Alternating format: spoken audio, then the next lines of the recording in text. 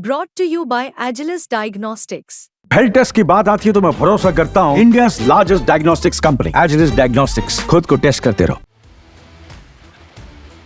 दोस्ती अपनी जगह और अपना हित अलग जगह।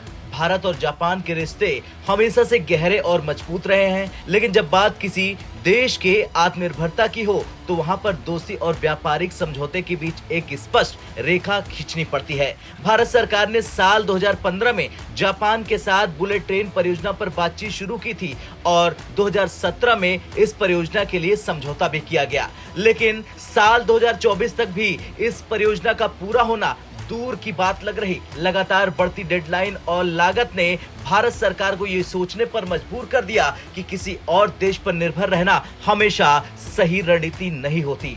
भारत ने अब तक सेमी हाई स्पीड ट्रेन जैसे वंदे भारत की सफलता देखी, जिसकी टॉप स्पीड 160 किलोमीटर प्रति घंटे तक है। इसके ऊपर की श्रेणी हाई स्पीड ट्रेन की होती है, जिसकी स्पीड 200 से 280 किलोमीटर प्रति घंटा तक होती है, और इसके बाद आती है बुलेट ट्रेन, जिसकी स्पीड 300 से 400 किलोमीटर प्रति घंटा तक होती है। बुलेट ट्रेन के सपने को साकार करने के लिए जापान के साथ भारत ने समझौता किया था। मुंबई अहमदाबाद के रूट पर इसे चलाने की योजना बनी, लेकिन इस प्रोजेक्ट में जापानी कंपनियों के चलते लगातार देरी हो रही। चलिए अब जानते हैं प्रोजेक्ट में देरी के कारण। दरअसल भारत और जापान की ट्रेन तकनीक में बड़ा अंतर है। ट्रैक डिजाइन और अंडर वाटर टनल जैसे तकनीकी बाधाएं परियोजना में देरी का मुख्य कारण बनी है।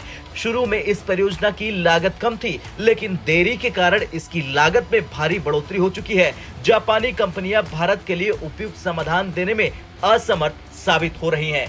जापान पर निर्भरता खत्म करने के लिए भारत सरकार ने एक बड़ा फैसला लिया। भारत अब खुद की हाई स्पीड ट्रेन विकसित करने की ओर कदम बढ़ा चुका है। इंडियन रेलवे की इंटीग्रल कोच फैक्ट्री यानी आईसीएफ ने बीएमएल यानी भारत अर्थ मूवर्स लिमिटेड को 867 करोड़ रुपए का अनुबंध दिया है। इसके तहत भारत में पहली बार 280 किलोमीटर प्रति घंटा की टॉप स्पीड वाली ट्रेन विकसित की जाएगी। चलिए अब जानते हैं इन ट्रेनों की खासियत क्या है। दरअसल इनकी टॉप स्पीड 280 किलोमीटर प्रति घंटा है। औसत स्पीड 200 से 250 किलोमीटर प्रति घंटा है।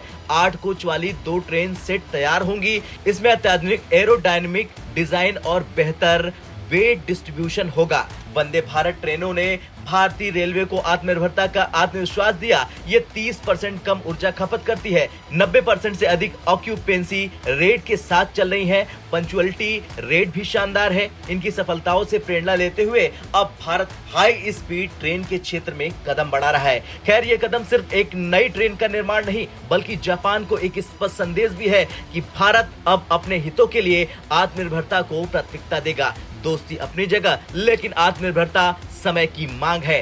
हाई स्पीड ट्रेन का ये कदम भारत को बुलेट ट्रेन की ओर एक बड़ा कदम साबित होगा। ये न केवल भारत की तकनीकी क्षमता को दिखाएगा, बल्कि आत्मनिर्भरता के मार्ग पर भारत को और मजबूत बनाएगा। आपका क्या कुछ कहना है भारत के हाई स्पीड ट्रेन को लेकर? कमेंट कर जरूर बताएं।